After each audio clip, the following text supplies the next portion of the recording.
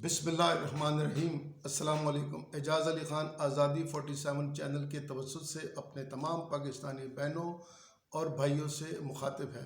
नाज़रीन, हम आज अपना वीलॉग थोड़ा सा लेट आपके साथ शेयर कर रहे हैं। कुछ निजी मसरूफियात थी जिस बायस ये वीलॉग हम लेट अपलोड कर रहे हैं। एनीवे नाज़रीन, इस वक्त जब हम ये वीलॉग रिकॉर्ड कर रहे हैं तो इमरान खान साहब की रैली जो है वो बिल आखिर शुरू हो चुकी है और वो इस वक्त अपनी मंजिल की तरफ रवां दवा हैं। हम सब पाकिस्तानी दुआ गो हैं कि ये रैली बखैर आफियत इख्तिताम पजीर हो और सब के लिए इसमें बेहतरी हो, उनके वर्कर के लिए, उनके सपोर्टर के लिए, कि कोई नाखुशगवार वाक़या न होने पाए। सामीन, आपने अगर तज्जिया किया हो या सोचा हो तो दिसंबर से हमारे मुल्क में एक डिस्कशन चल पड़ी थी, दिसंबर या नवंबर एंड से, कि जी हमारे पास जो ज़र मुबादला के ज़खायर हैं डॉलर्स की शक्ल में वो लिक्विडेट होते जा रहे हैं और बड़ी तेज़ी से लिक्विडेट हो रहे हैं।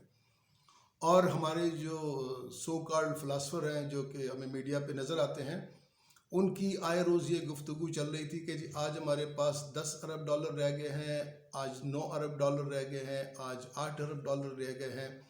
उस हफ्ते के अख्तिताम पे 7 अरब डॉलर थे, उससे अगले के अख्तिताम पे 5 अरब डॉलर होंगे, और इसको करते करते 3.25 अरब डॉलर की सतह पे ले आए। और जब ये 3.25 अरब की डॉलर की उसकी सतह पे ला रहे थे तो साथ के साथ उसकी एक बड़ी ज़ोरों शोरों से डिस्कशन ये भी हो रही थी कि खुदा न खास्ता कहीं पाकिस्तान डिफ़ॉल्ट न कर जाए। लेकिन फिर क्या हुआ? फिर ये गुफ्तगू जब मार्च का महीना शुरू हुआ तो ये डिस्कशन उन फ़िलासफ़रों की मौजू से हट गई और इसके ऊपर डिबेट होना बंद हो गई या ना होने के बराबर रह गई। और क्या हुआ कि अब ये सब लोग इस बात के ऊपर डिस्कशन शुरू हो गई कि जी इलेक्शन होने हैं या इलेक्शन नहीं होने हैं। दफ़ा 144 ठीक लगा या गलत लगा?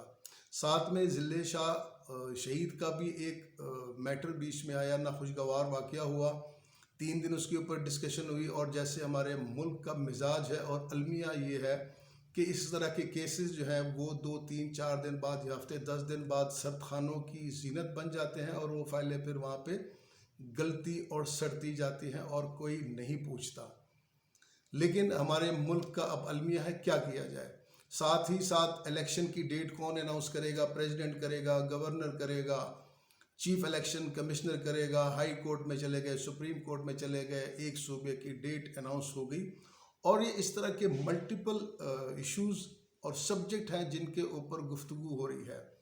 अब इस पूरी बहस की आड़ में पाकिस्तानी कौम के साथ हो क्या रहा है?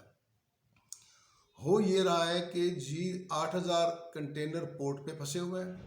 ये डिस्कशन हो रही थी, अब कोई बात नहीं कर रहा कि वो 8000 कंटेनरों का क्या बना, क्या वो रिलीज़ हुए या नहीं हुए, क्या जो वहाँ पे दालों के कंटेनर थे वो निकले या नहीं निकले, वो प्याज के और लहसुन के और अदरक के कंटेनर वहाँ से रिलीज़ हुए या नहीं हुए।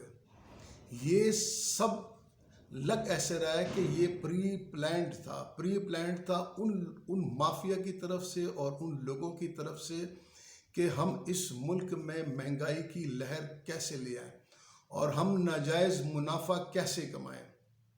मिसाल के तौर पे, किसी को कभी ये मुशाहिदा हुआ है कि वो किसी दुकान पे किसी करियाने स्टोर पे या किसी होल सेल की दुकान पे या किसी सुपर स्टोर में गया हो, उसको दाल ना मिली हो, उसको लोबिया ना मिला हो, या आप किसी सब्ज़ी की दुकान पे गए हो और आपको प्याज ना मिली हो और आपको लहसुन ना मिला हो, या कभी ऐसा हुआ हो कि आप सीमेंट परचेज़ करने जाए और आपको सीमेंट ना मिला हो।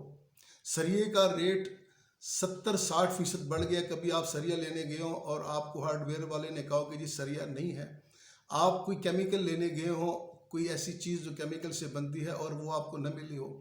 कोई कॉस्मेटिक की कोई आइटम कोई फीमेल लेने गई और उसके ना मिले हो। गर्ज हर चीज़ इस मुल्क में अवेलेबल है, किसी भी चीज़ की शॉर्टेजेस नहीं हुई। लेकिन इस आड़ में हुआ क्या? इस आड़ में हुआ ये कि प्राइसेस को 2-2, 3-3 गुना बढ़ा दिया गया और मुर्गी की कीमतों को पर लग गए, अंडे की कीमतों को पर लग गए। हालांकि आप किसी भी स्टोर पे चले जाए, कभी भी पिछले 2-3 महीने में ना अंडे की शॉर्टेजेस रही, ना मुर्गी की शॉर्टेजेस रही, ना मुर्गी दाने की शॉर्टेजेस रही। जब हर चीज़ मौजूद है اور وہ 8,000 کنٹینر کا بھی نہیں پتہ لگا. جب ہر چیز موجود ہے تو پھر قیمتیں کیوں اوپر چلی گئیں اور ٹائم پہ موجود ہے؟ یہ وہ سوال ہے جس کا جواب ہمیں ڈھونڈنا ہے. یہ وہ مافیا ہے جو ہر دفعہ آنے والے الیکشن سے پہلے ناجائز منافع خوری کرتا ہے، پیسے بناتے ہیں، ڈالر بناتے ہیں، روپے بناتے ہیں اور پھر اس کو الیکشنوں کے اوپر خرچ کرتے ہیں اور سپورٹ کرتے ہیں اپنے اپنے ایم این اے کو، اپنے اپنے ایم پی اے کو، اور کچومر نکالتے ہیں. کس کا کچومر نکالتے ہیں؟ عوام کا، غریب عوام کا اور عام لوگوں کا. تو یہ ایسا ہرگز بھی نہیں ہے کہ اگر چیزیں ختم ہوتی، اگر 8,000 کنٹینر پھنسے ہوتے اور نئی پرچیزنگ بھی باہر سے نہیں ہوتی تو پھر تو چیزیں شارٹ ہونی چاہیے تھی.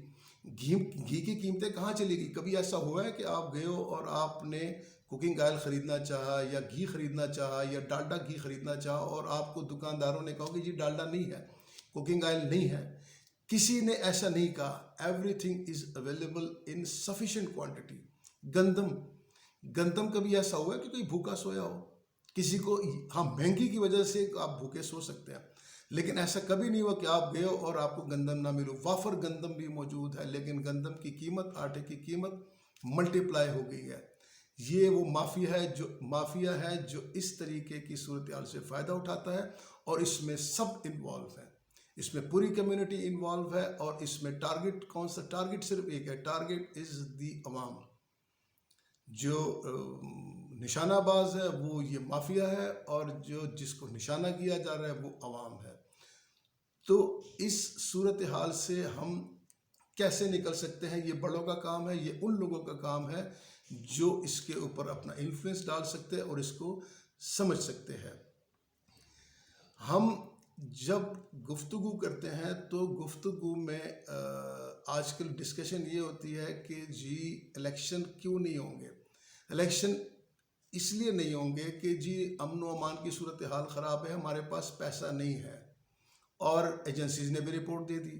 تو بھائی میرے، اگر ہمارے ہاں پیسہ نہیں ہے، امن و امان کی صورتحال ہے، تو یار یہ بتائیں کہ ٹرکی میں جو پچھلے دنوں زلزلہ آیا اور لاکھوں لوگ لقمہ اجل بنے،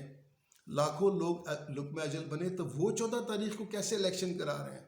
ان کا تو ملک کا بیڑا غرق ہو گیا، وہ پھر بھی الیکشن کرا سکتے، ہم نہیں کرا سکتے. وہ صرف اس وجہ سے الیکشن کرا سکتے ہیں کہ they are sincere with their country. وہاں لیڈر ہیں، وہاں لوگ ہیں، وہاں کمیٹڈ لوگ ہیں، اور لوگ جو ہیں وہ پرسنالٹیز کے پیچھے نہیں جاتے، وہ جاتے ہیں سسٹم کے پیچھے. اللہ کرے کہ ہم بھی سسٹم کو اتنا سٹرونگ کریں، اتنا اسٹیبلش کریں کہ ہمیں یہ مافیا کوئی ڈینٹ نہ دے سکے، اور انشاءاللہ وہ دن دور نہیں، وہ دن جلد آئے گا. اللہ تعالی ہم سب کے حال پہ رحم کرے اور ہمیں ڈھیر سارا حلال رزق دے. والسلام.